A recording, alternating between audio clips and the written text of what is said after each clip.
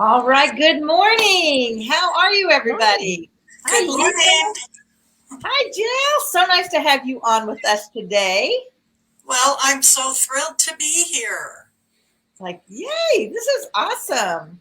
So I think you guys all saw the 30 seconds this morning, the countdown, right? Yes. And remember that you can send us comments in the chat box. Hi, Emmylou. Good morning. Good morning. Nice to have you here. You're starting right out, so your name goes on the list for the prizes that we'll give at the end of the month. So, welcome on, everybody. When you check in, if you just say hi, and if you give permission on Facebook, they will show us your name. Otherwise, it's just going to say Facebook user. There's Grace. Good morning, Grace. And Lisa, do we have any things that we need to let everybody know? Not this morning, just that if you are on, make sure that you're sharing the show with all your friends on Facebook. That gives us that algorithm so that everybody can see our show and enjoy it as well.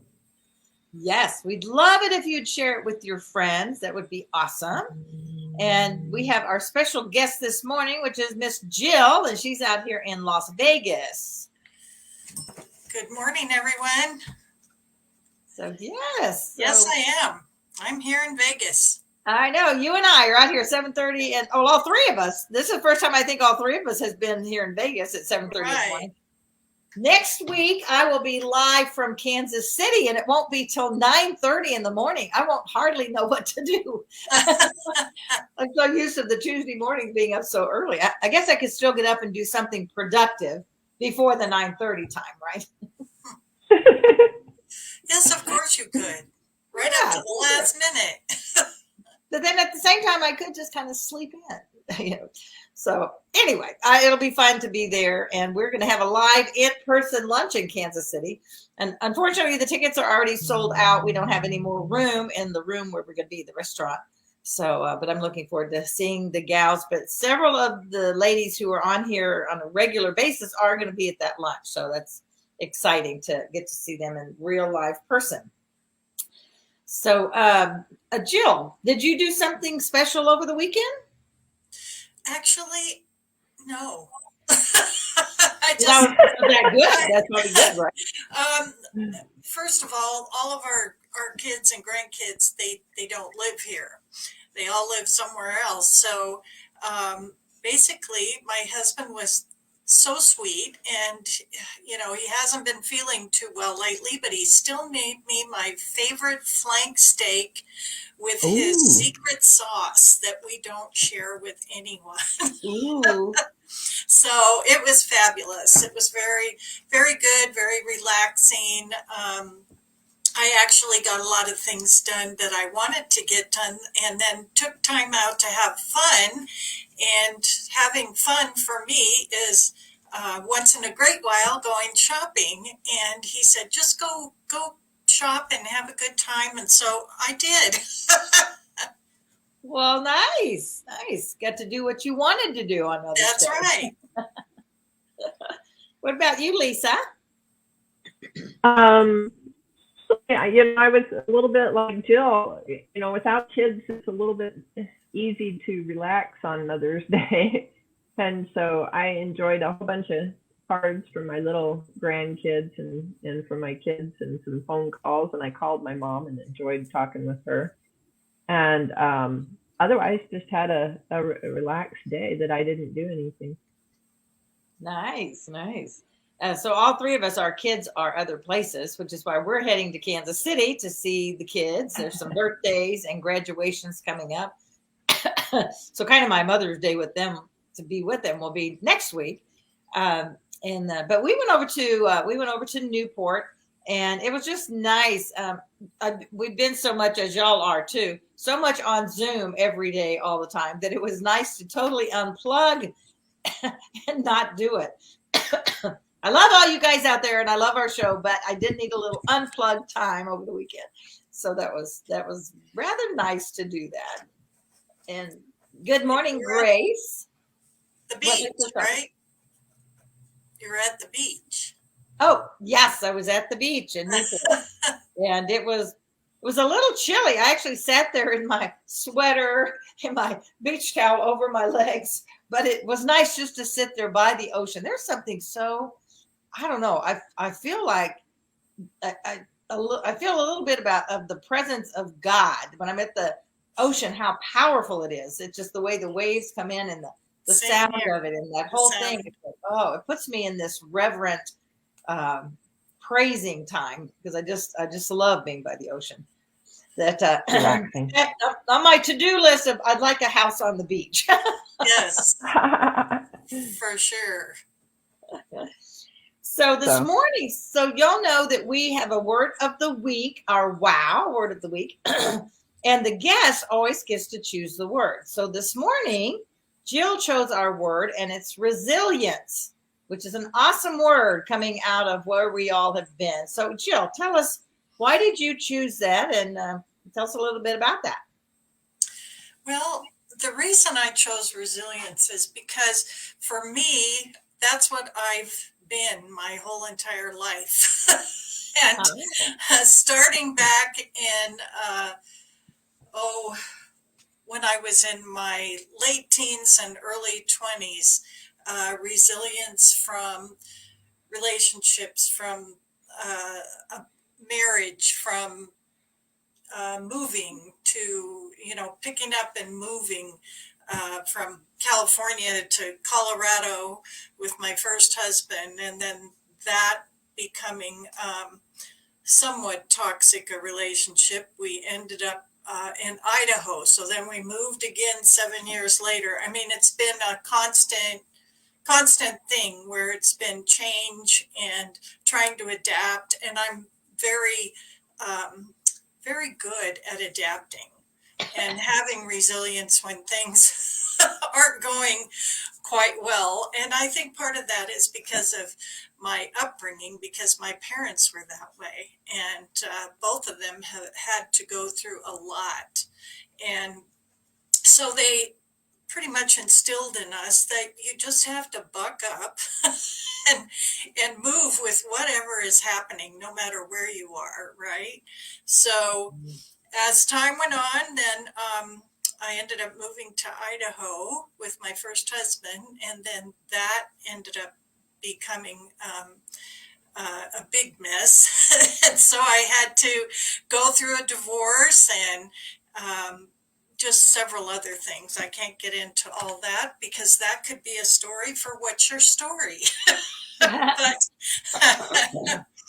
so basically, I have adapted to many, many things. And I think when uh, we ended up during the pandemic with all the issues and kind of the lockdown and all the different things, I was already prepared mentally to take that on and to find ways to be creative with my business, with helping other people.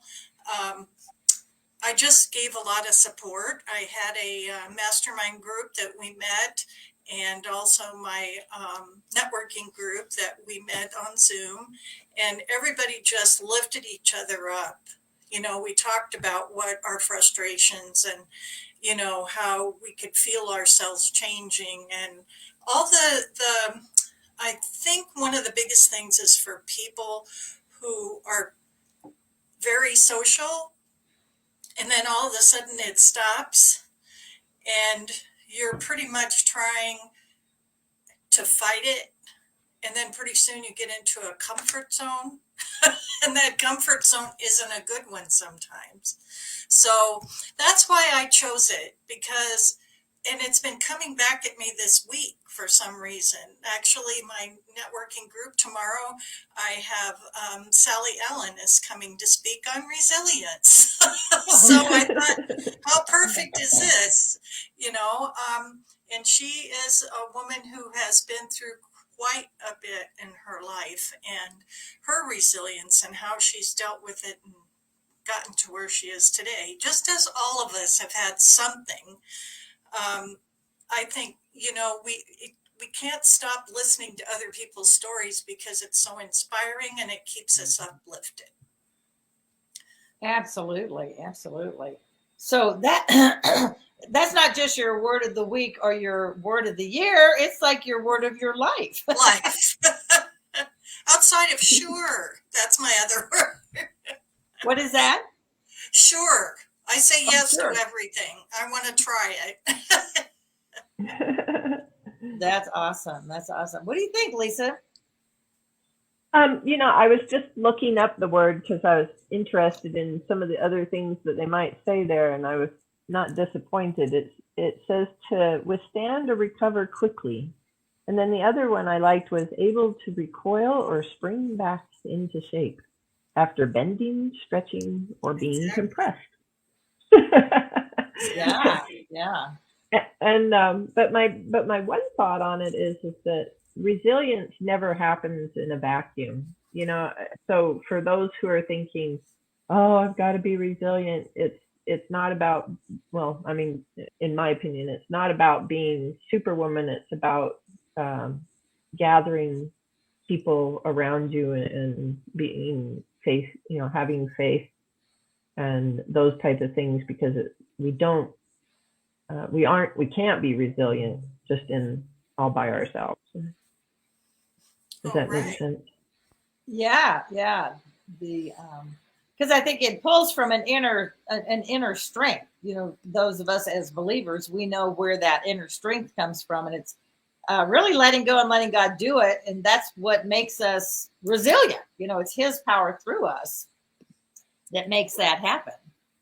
And Well, I think too that women are just naturally bond with each other when we get into a situation like the pandemic. We just know that for our own benefit that we need to speak to other women, that we need to share our feelings and get that all out, because we know that that's what's going to give us hope, right? So, and being Christians, I believe that being Christian sisters, you have that special bond already.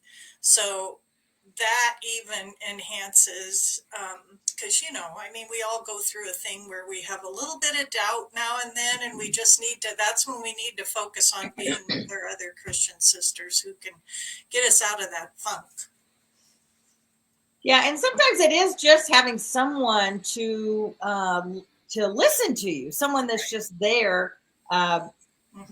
Because oftentimes there's not a fix, like, somebody can't fix what's happening, but just the being able to know that it's okay to share that with someone, and to just to have that person you can walk alongside really does help.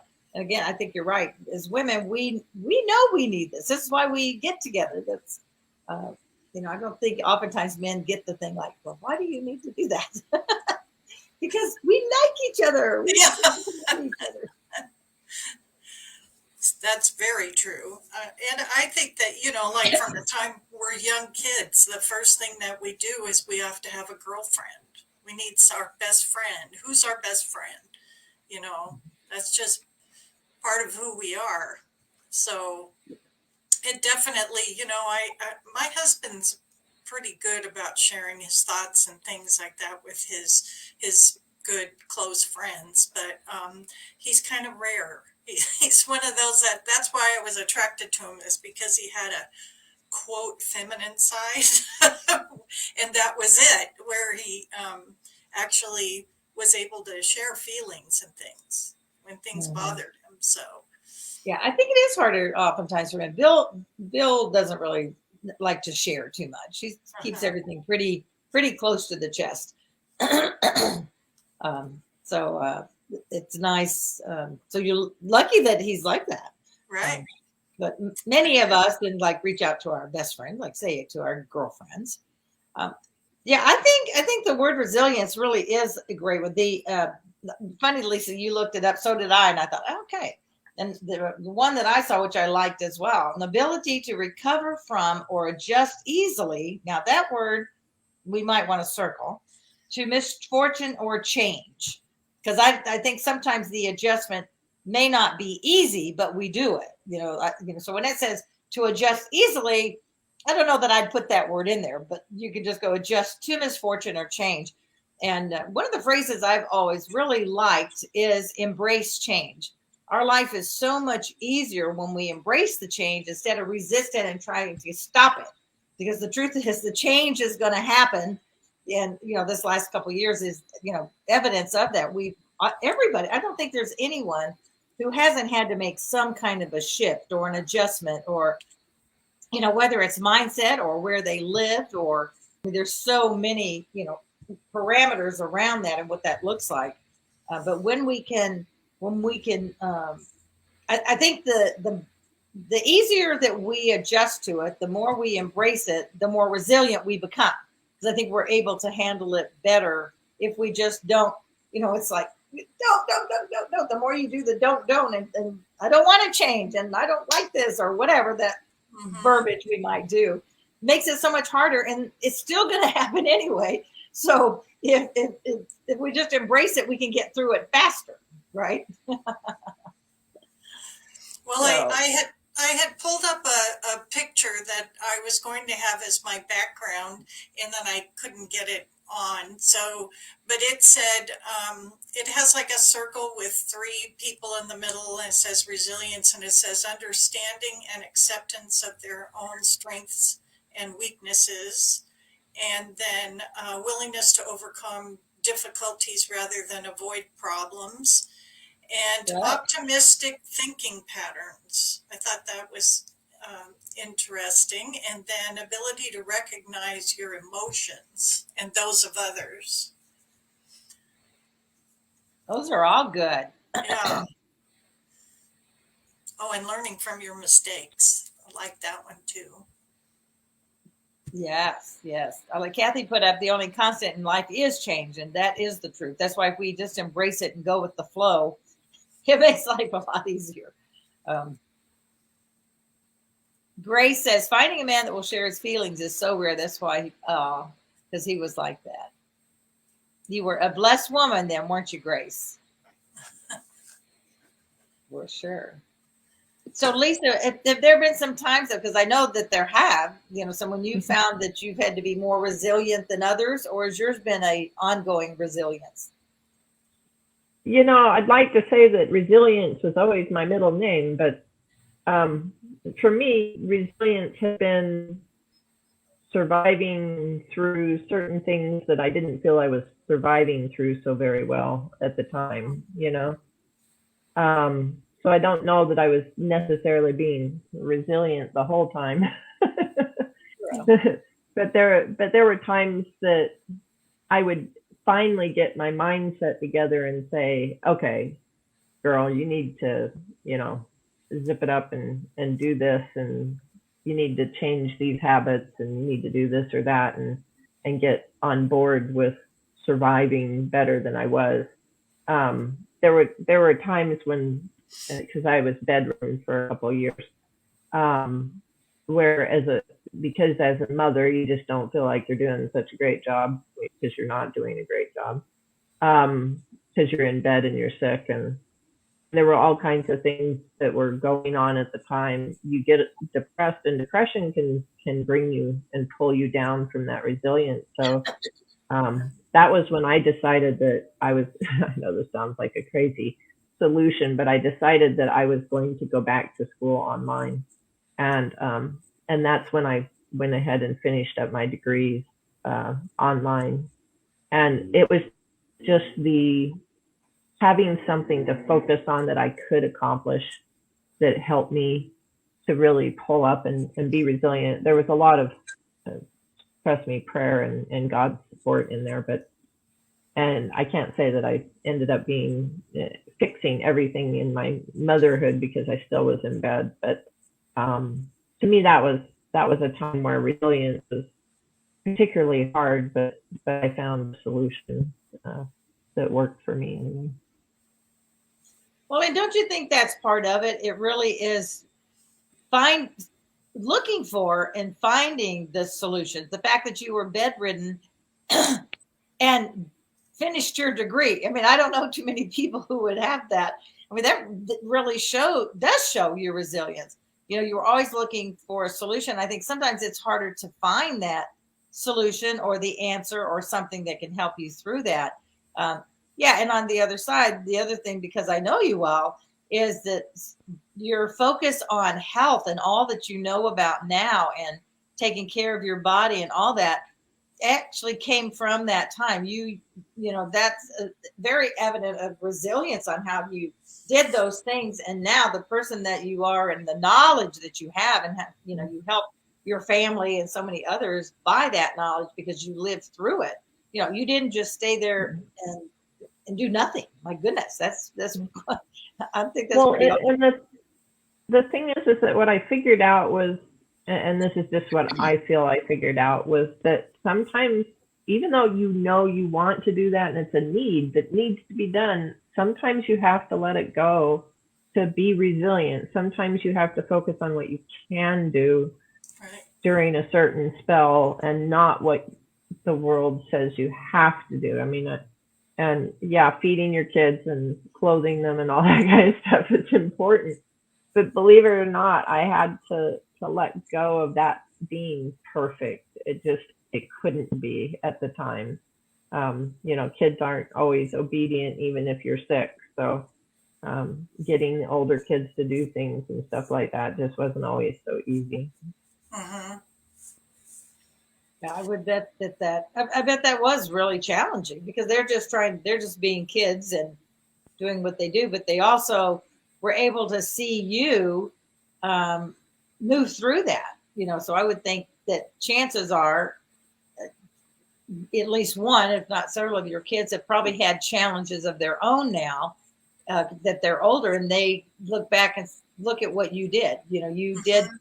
And I think the one thing as moms and as women, all we can do is the best we can do at any moment in time.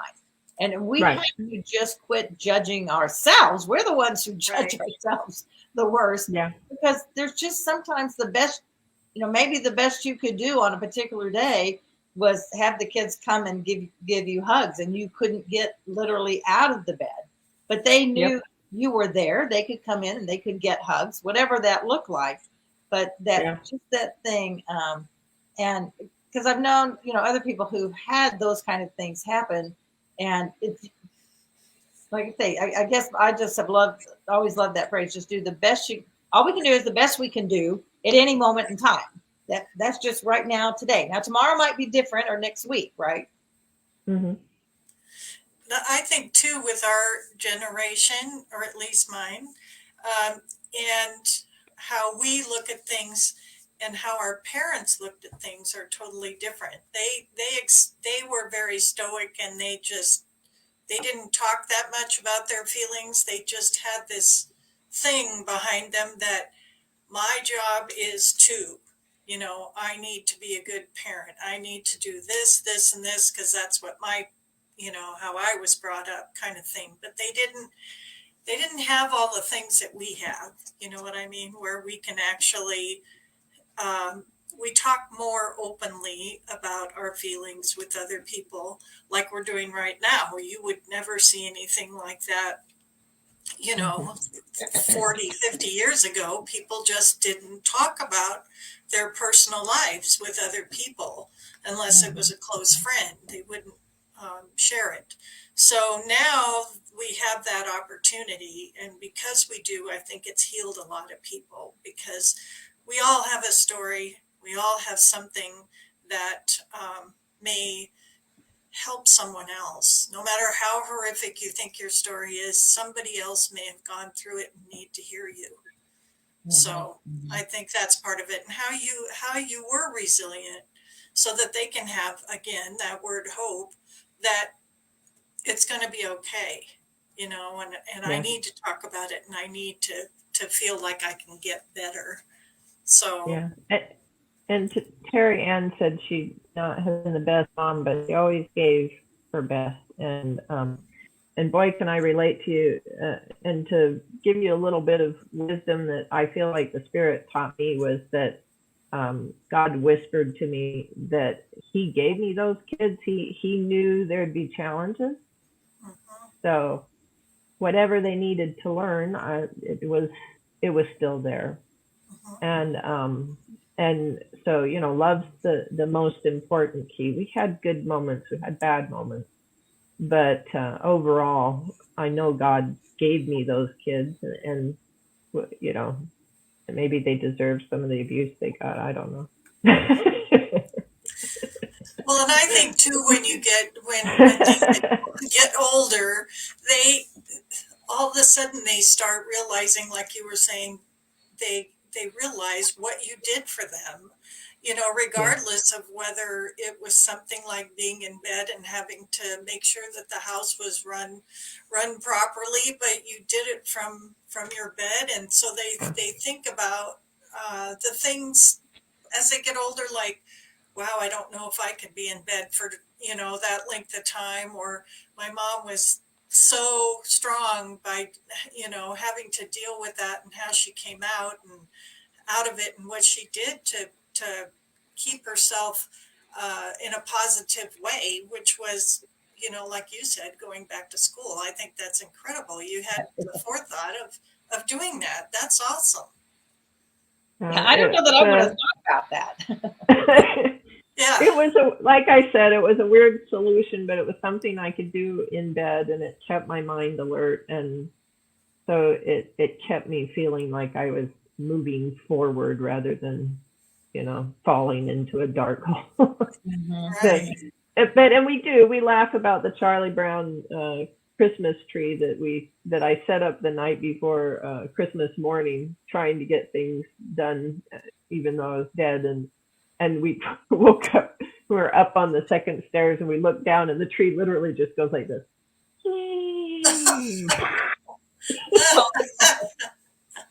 And everything just crashed everywhere, and I was like,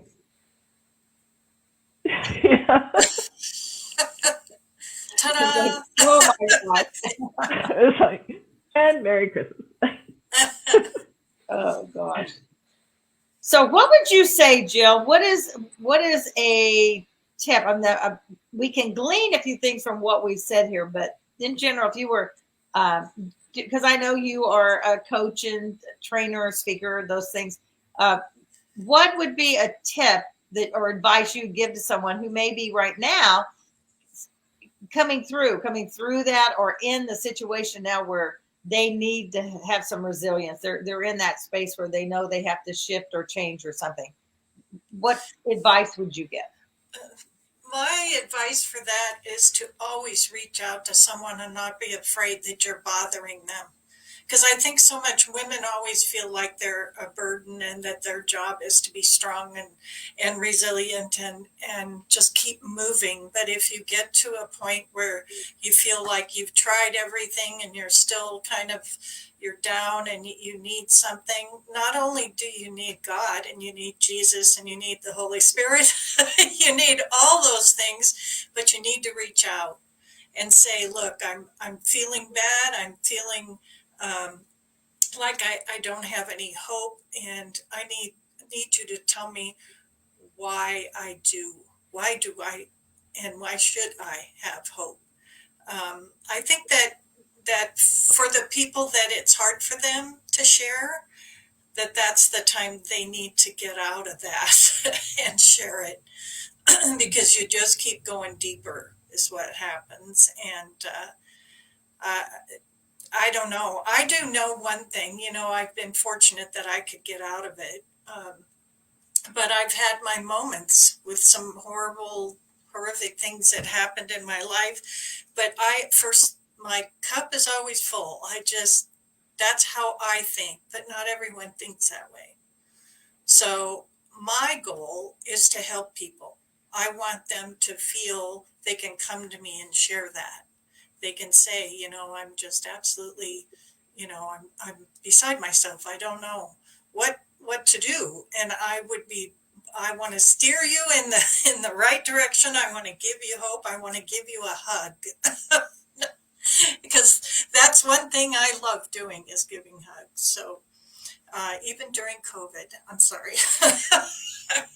Yeah. And sometimes that that alone, I mean, even a smile will do it. Just a hug, just Exactly. physical contact. If you're in a space where you can do that, I know there's sometimes that I feel like my mother who lives in Phoenix. Just sometimes, if I was just there to give her a hug, she is such a positive person. I really got my positivity, I think, from her because she really never complains. She lives her life, but every so often through the phone lines, I can hear that. And if you could just run down the street and give her a hug, would make everything better for the day. I think oftentimes that can make such a difference. So sometimes we have to do the virtual hugs and just let the Right. person know that we care about them. And I think you made a key point too, Jill, and not being a therapist or a counselor or any of that. I do just know that there are times if you can reach out, like you were saying, to someone before you get too deep into it, because it's easy. I think it's easy to go from that not feeling good and kind of down and all. And if you don't reach out, if you don't somehow find someone or a way to get you out of the funk, so to speak, it can go more into depression. And then when you get too far in there, then you do need some additional help. So Mhm. if we can catch it when we first feel that, when you first notice that that's happening, and there was a lot of that all through the shutdown. So many people, really had to deal with that possibility or that walking the edge of depression. But honor yourself, reach out to someone. And if you feel you're really deep down in it, then reach out to a counselor or someone to help you out, to get you through it. Because this too will pass. That's the one thing we know from scripture. This too will pass. Things will change. And if you could just hang in there, reach out to someone, get a little bit of hope to just give you that spark back. Um, Right. And just know that that person, I mean, if it's somebody you've been whining to for 5 years, that's another story. But find somebody that maybe will listen that doesn't necessarily know you as well as maybe your closest friend or family, because that's where that person is seeing you and hearing you in a different way, and they might see something that your family members or close friends don't, mhm, that kind mhm. of thing. So I don't know. I just know one thing: we all had to be resilient when it came to Zoom and to StreamYard, because half the people had never used it before, and these poor moms with kids at home, they had to homeschool and they had no idea what they were doing, and that it was just that's resilience to me, is having your children home all day every day and you're trying to teach them something with something you don't know how to use and you had to learn everything. Absolutely, absolutely. We all do business a little differently than we did before. Um, Exactly. yeah, I was already doing Zoom. We were already doing some fun, fearless Zoom things, but who would have thought that Yes. was like a specialty thing? And then it became this is what you do. You didn't really Yes, have this is another what you do. choice. Exactly. And so it has. So now I think, and that's not going to change. It's certainly opened up new ways of looking at things. So I think it's been really good, but I'm really happy things are back open because now we can use the best of both. You Right. can save your time, because certainly you can do more meetings, chats, whatever by Zoom because you don't have to go out of the house and drive. Because we have our live lunches, as you ladies know, you've got your half an hour to get there and your kind of 2 hours you're there and another half an hour. So it's taking a pretty big chunk of your day. Well worth it, in my opinion. I'm just saying. Yes. But it is different. You could have done three totally meetings during that same time. So it's nice now that we do have the options, and there's more and more of those options coming. What I'd like to see us do as a people, as women, is to the thing. I think one of the things that we learned through the whole pandemic thing, everybody had to relook at their life and realign our priorities and like what was really important. I love the fact that so many families got back to having lunches and dinners together. The family got to actually eat together. And before that, I know families that truly, I don't know if they ever had a meal together. And, in pandemic, kind of everybody had to, because that's all you could do was be home. And one of our gals in Fun Fearless, I remember her talking about how they got back to playing games, and they would play games, after dinner. And she said, we hadn't done that since the kids were babies, like little kids. And they started doing it again. And it was a new way of connecting. So I think as we look back over these 2 years, that whole part of resilience, how have we bounced back? What does it look like now? Are we keeping some of those good things of the realignment of our priorities? Or are we just going to get back and just go busy, busy, busy, busy and not pay attention again? I think some lessons are there. And we do get complacent. And I just as an example, because I was a flight attendant for 10 years, and I flew probably 3 days after everything happened at 9/11, because I was one of a few that went back to flying. Most people were afraid or stuck in another city or whatever. But, during that time, for the first month or so, everybody was so, they couldn't thank us enough, how wonderful, thank you for coming on. We know how horrific this must have been for you. And then gradually people started getting more and more, I guess, not as aware of their surroundings, because it started getting complacent. And, so I think that that's just part of human nature. You move on to something else, and then you forget that maybe you still need to pay attention to your surroundings and things like that. So I know that's a different word. But hey, it's not part of the topic. But it works. Yeah. Well, and that's what's cool about this show. It organically does what it wants. By osmosis, right? That's right. So Lisa, any last comments before we were getting close to our time here? Any last comments this morning? Well, just a message to those who may be in that place where they're not feeling so resilient.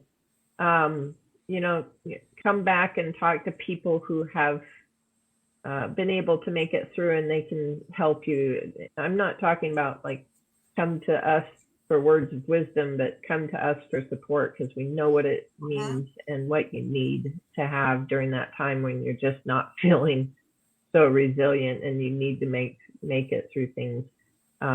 We can hold you up and help you through those things. So feel free to reach out in the group, even for prayers and for other things. Yes, absolutely. And that's one of those blessings of our Fun Fearless Female group, is that it is a safe place. We do, if you do need prayer, you are in a hard place, or whatever that looks like. That's all Christian women who are there to support us. That's why we're not a public group, so that we can be there and support each other. So I want to thank all of y'all for being here.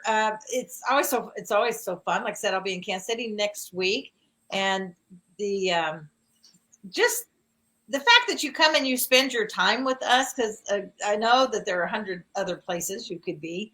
And the fact that you spend your time with us, or maybe you're not watching us live right now and you're going to be watching us later in the day, whatever that looks like, we really appreciate it. We want to be here to support you in your faith, in your life walk, because as women, we just talked about that. We need each other, right? So that is why we're here. Jill, thanks so much for being here with us. And I want to, so she has her phone number there, and you can find her on LinkedIn. Matter of fact, let me see if I can get back over here just real quick. I'm going to put that banner up here for you. So that's how you can get a hold of her on LinkedIn. And I see it's Jill M. Branson at the end of the LinkedIn part there. So you can get a hold of her. She's just an amazing, fun lady, as y'all have seen. And so thank you again for being here. Lisa, thanks as always, because I know you're getting ready to go on a little vacation. And she's so awesome to be here with us. Yeah, we're headed to Florida. Like, yay, a beach house, right on the beach. Like, woohoo! I want a picture. Send me a picture. You know, I'm like, I could so live on the beach. I say that maybe it wouldn't be as awesome as I think, but I kind of think it'd be pretty cool. I just want to anyway. thank you for having me. Yes. Thanks for coming. For sure. All right, ladies, everybody, men or women, if we have some men out there watching, you didn't say hi, maybe, you know, you didn't want to expose yourself, but you know, whoever's here is always welcome. So remember, my friends, that life is not a matter of chance. It is a matter of choice. Choose wisely, choose how you want your life to look, and choose to reach out. If you need a helping hand, you having hard seeing that silver lining, there's always someone that's going to be around that can help you. So don't be afraid to reach out. Make that a positive choice in your life. All right, go make it a great week, everybody. Love you. Thanks so much for being here with us. Appreciate you.